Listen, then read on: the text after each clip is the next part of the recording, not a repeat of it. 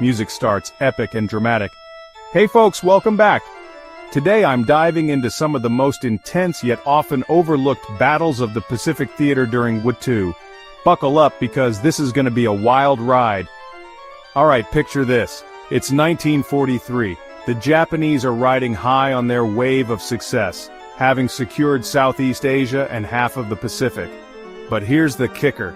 Their days of conquest are numbered. Little did they know, the Americans had already taken Guadalcanal, securing crucial lines of communication. Guadalcanal was a bloodbath, folks. The Americans lost 1,600 men in that landing alone. But for Japan, the implications were even worse. Their gamble had failed. The new Japanese empire wasn't going to thrive uncontested. The US didn't plan to cut its losses. Oh no, they were out for total victory. Remember Midway? That was just the beginning. The Japanese had thrown everything they had, the largest fleet in the world, and still, the Americans, still reeling from Pearl Harbor, beat them back. Now, the Americans were gearing up for a massive push through the Solomon Islands.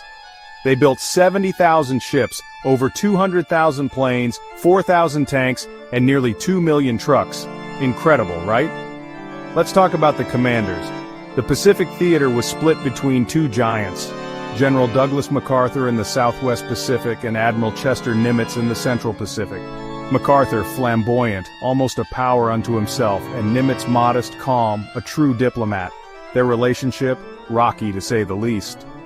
Fast forward to December 1943. MacArthur strikes New Britain. Part of his forces had fought at Guadalcanal, but the jungle, swamps, and tropical rainstorms proved tougher than the Japanese. It took 3 months to get a firm grip on New Britain. Meanwhile, Nimitz faced his own hell at Tarawa in the Gilbert Islands. The Japanese had fortified the shores with pillboxes and machine gun emplacements.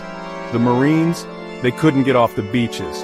It took them 3 days to move inland, and the Japanese resisted to the last man. 4,000 defended Tarawa, not one survived. They chose suicide over surrender.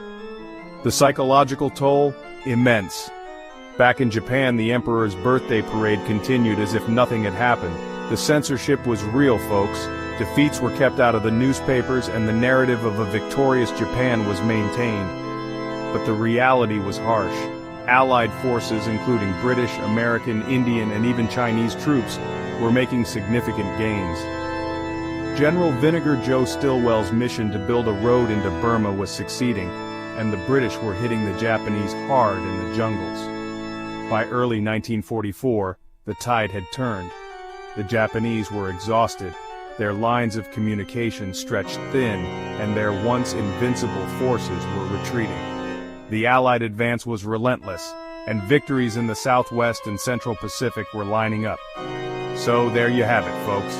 Unseen, intense battles that shifted the balance in the Pacific. Stay tuned for more deep dives into history's pivotal moments.